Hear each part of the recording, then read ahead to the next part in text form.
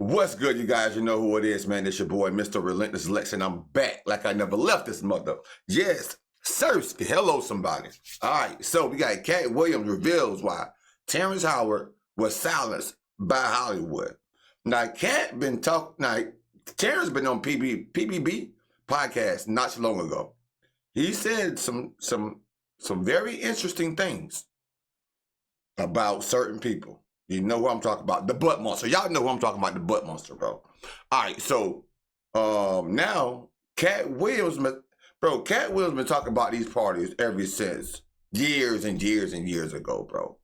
Years ago. So now it's saying that Terrence Howard and Katt is going to team up and maybe start a podcast. Now that's tough. That's tough, bro. You know how many celebrities went to Diddy's house? This nigga don't care what he say. Puffy invited me for weeks, asking me to come and teach him how to, wanted me to be his acting coach. To be gay in Hollywood, you never expected.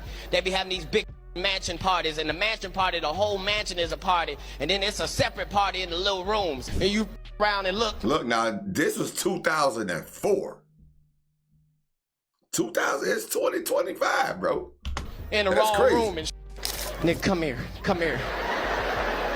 Is that two niggas kissing? So Katt Williams just chimed in on Terrence Howard's recent comments about Diddy, and he's exposing the real reason why Terrence was allegedly silenced by Hollywood. Terrence recently spilled some major tea on the PBD podcast, talking about how celebs had to give up their man card to make it to the top. But years before Terrence decided to speak out, Katt Williams was out here exposing this same shady Hollywood agenda, and everyone was calling him crazy. But now it looks like these two might team up to drop even more industry secrets. And rumors are going around that there even might be a podcast in the works. So what exactly did Katt say about this whole situation with Terrence Howard and Diddy? And are Katt and Terrence really about to join forces to expose even more about these celebs who lost their man card at Diddy parties? Let's break this down. How does that feel? You a grown ass man. You gotta leave Diddy's party like that. You can't even sit down in the car. You got to drive all the way home, standing up. So I'm sure you've all... Bro, Katt is crazy, bro. He said you got to drive home standing up. You know what he talking about. Did done been through the back door.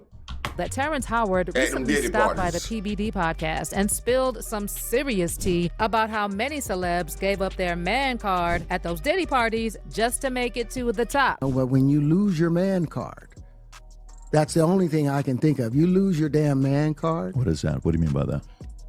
You give up your ability, your right to being a man.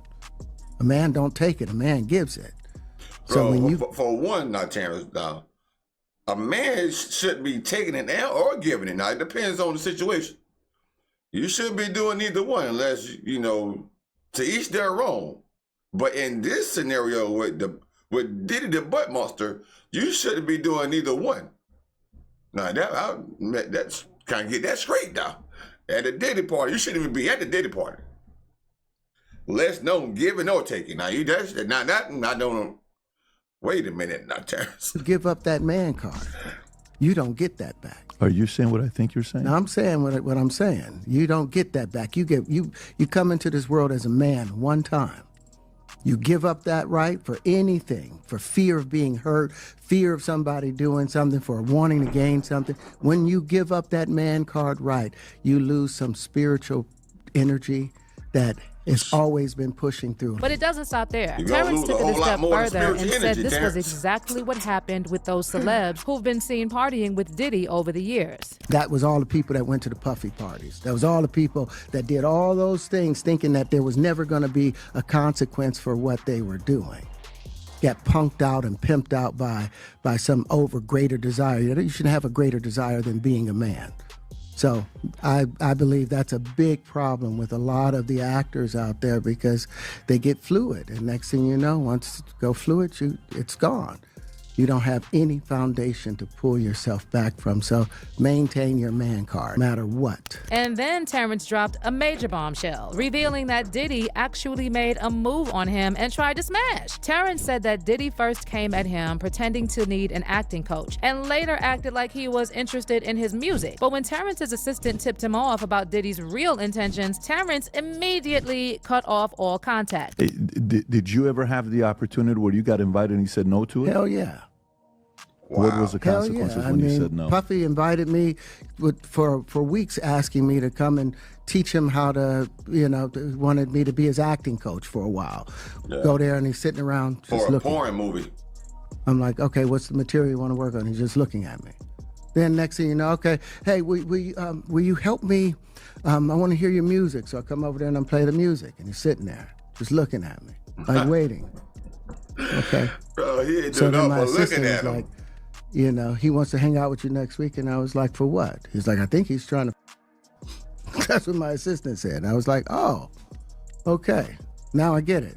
So now no more communication. But Terrence also said Diddy wasn't the only one making moves on him. He claimed he had similar run-ins with other producers who tried to come at him with shady proposals. But Terrence wasn't having it and quickly shut that mess down. But he admitted that keeping that no-nonsense vibe cost him some major opportunities in the industry. Number of producers coming to make the approach, and you threaten to punch them in the mouth, or threaten to knock their head off for talking to you or looking at you like you're a woman. When you approach a real man about his masculinity, you're going to get a real reaction back. It's a difference when a guy walks in a room and when a man walks into a room. And a man don't take the same things that a guy will accept. So always be the man in the room. Now, as you can imagine, social media went wild after Terrence's interview blew up, mainly because we haven't heard any other major Hollywood actor openly say Diddy tried to smash. But see, Terrence isn't the first public figure speaking out on this. Years before others caught on, Katt Williams tried to warn us about Diddy, but no one was listening. Katt even told Fat Joe that Diddy once tried to take him out to dinner, and Katt had to tell him no. Hey, I owe you a dinner, man. I owe you I obviously can't afford to get anything I'm tell you, else. like I told Puffy, I don't let men take me out, sir. I'm good. I'll do no dinner. And then last year, during his viral interview on Club Shay Shay, Katt took things even further, claiming he had to turn down Diddy's advances multiple times. Now, I've had to turn down $50 million 4 times. 4 times. Just to protect my integrity and that virgin hole I was telling you about. Right. Because P. Diddy be wanting to party. And you gotta tell him no. You got to tell him no. I did. I did. See, I got the receipts for everything I'm telling you. That's why I can say them so freely. So now that Terrence Howard has come forward, revealing he had a similar experience with Diddy and had to say no, Katt is showing major support for him. In fact, there were even rumors floating around that Katt and Terrence might start a podcast where they will spill all the tea about their industry experiences. Now, nothing's set in stone yet, but fans are already losing it because if these two get on the mic together, who knows what kind of messy industry secrets they will drop. One fan on X said, will someone please put Terrence Howard and Katt Williams together in a room? If they could manage a podcast together, it would instantly become the most interesting and outrageous media property ever created. And another person added, gotta love Terrence Howard and Katt Williams also. He's of the same mindset. And this person's got a point because Katt and Terrence have been on the same page when it comes to the entertainment industry and the agenda they believe is aimed at emasculating black men. By now, you've probably heard Katt reignite the conversation about the rumored agenda in Hollywood where black male actors are allegedly pressured into wearing dresses before they make it to A-list status. And now sources are saying Terrence Howard is one of the many actors who got blacklisted for refusing to wear the dress. Now, this whole idea of Hollywood pushing a more feminine image onto black men isn't new, and a lot of black comedians and actors have spoken out about it. Take Eddie Griffin, for instance. He was one of the first to throw shade at Hollywood for making black actors and comedians wear dresses on screen. Eddie spilled the tea on Hollywood's rumored dress-wearing agenda back in 1999 during his comedy Foolish, where he not only starred but also wrote the script. In Foolish, Eddie plays Miles Foolish Ways, an up-and-coming comedian trying to make it in Hollywood. Now here's the wild part. There's this unforgettable scene where the studio execs are literally trying to convince Foolish to wear a dress for a role, saying all the A-listers have done it. So what do you think? It's never been done before. 3 lovable drag queens driving cross-country, helping Middle America solve its problems. Y'all want me to wear a dress? Foolish. This isn't a throwaway role. You'll be carrying the emotional energy of the movie. Man, it's not that I don't appreciate the offer, because I do, but there's a lot of money involved. We're talking a major motion picture here, Foolish. I don't know, man. Harrison. That's Harrison. So I guess that's me. Yep. That's it. Yeah. I ain't feeling that, man. Can I just say something that every actor probably want to say to a couple of gentlemen like yourselves? Sure. Anything you want to say? Go ahead. Yeah. Kiss my black. Now fast forward to 2006 and Dave Chappelle spills the tea on Oprah's show, revealing a wild story where he was allegedly pushed to wear a dress for a movie role with Martin Lawrence. And the way he described it, it was straight out of Foolish. Nah, I'm not doing that. I don't feel comfortable with that. That should have been in the discussion. What? You don't feel comfortable with it? I mean, it's a hilarious bit. All the greats have done it. Now, when Kevin Hart was later asked about Dave's story, he just shrugged it off, saying that kind of thing never happened to him. Definitely haven't ran into to put on the dress. I mean, you know, you have to have boundaries. You have to have limits that you refuse to cross. But just a few years later, Kevin found himself in an SNL sketch wearing a dress. And that moment seemed to be a game changer for his career. Suddenly, his popularity and success skyrocketed. And some say it's all thanks to that dress moment on SNL. But the dress drama doesn't end there. Katt Williams jumped in, claiming the whole dress thing is tied to whether you decide to dance with the Illuminati or not. So, you know, some of us make choices. I think it's not a biggest choice for others. I'm saying at the end of the day, Kevin doesn't have to worry about what people are going to say about him wearing a dress because of the long line of dress-wearing people before him. So now we had Big Mama's house 1, 2, and 3. Yeah. I've never seen Medea in a pantsuit. I think she wears dresses. So now I'm saying, why are we picking on poor little Kevin Hart? Because it was his turn next. Okay. Some of us are against right the about that, Illuminati, and we are against the Illuminati at our own detriment. When people are against the Illuminati, then they get punched in the face all the time. The press hates them, and nobody likes them. Now, back then, most people wrote off Katt's claims as just some crazy conspiracy. But fast forward to today, and folks are starting to rethink his words, thinking there might be some truth to what he was saying, especially after Katt doubled down on the allegations last year during his Club Shay Shay interview. He even claimed that Martin Lawrence tried to get him into his first dress for Big Mama's house. But when Katt shut that down, Brandon T. Jackson swooped in and took the role. He tell me, Katt, when I come back, I need you. You my young partner, you my brother in comedy. When I come back, just promise me that my next movie, it'll be me and you. We gonna do it together.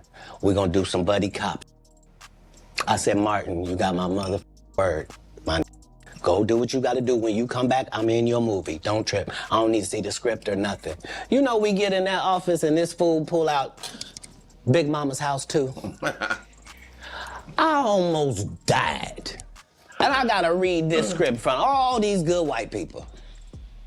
Where this want me to get in a dress with him. And I'm literally saying to everybody, why is he in a dress again? You already played the old lady as an FBI agent. We can play anything now. We can be playing a dog catcher this time. Why do we need to be in a dress? And I get so mad, I say, you don't want me.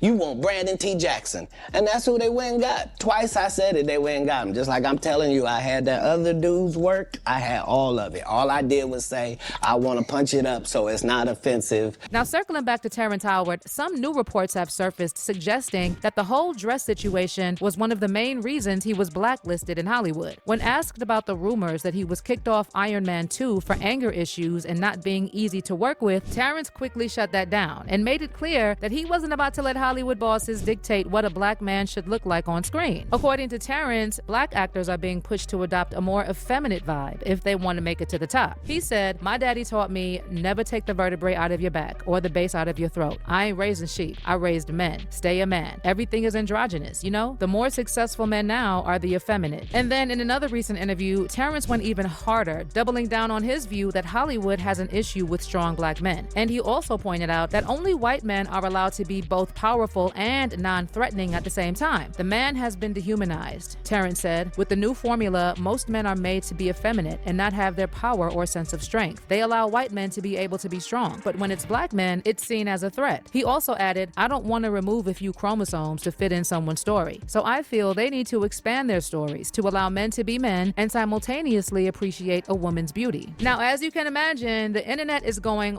wild over this whole drama. Some people are calling Terrence and Katt conspiracy theorists, arguing that these two need to change their subject because we've got bigger issues than actors wearing dresses. But on the flip side, there's a whole crowd of fans who are giving them major props for pulling back the curtain on Hollywood's shady side, and are even hoping these two team up to spill even more behind the scenes tea about the industry. Now, what's your take on all this?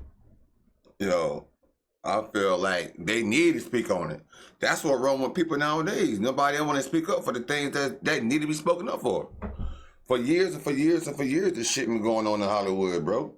And now you still got people with dreams of going to Hollywood. At least now they can get a more clearer picture of what's going on before they want to make it to that stardom level or be a top celebrity or whatever you want to call it. At least they getting some insight on what's going on behind them doors, bro. All these little kids out here nowadays that taking acting classes and praying for one day to make it to the big screen, and they think that their hard work and their talent is going to get them there. But in some cases, that's not always the case, bro. And it's people like Katt and Terrence that's telling the ones that's up and coming, pause, no diddy, about what's really going on behind the scenes, which I feel is very necessary.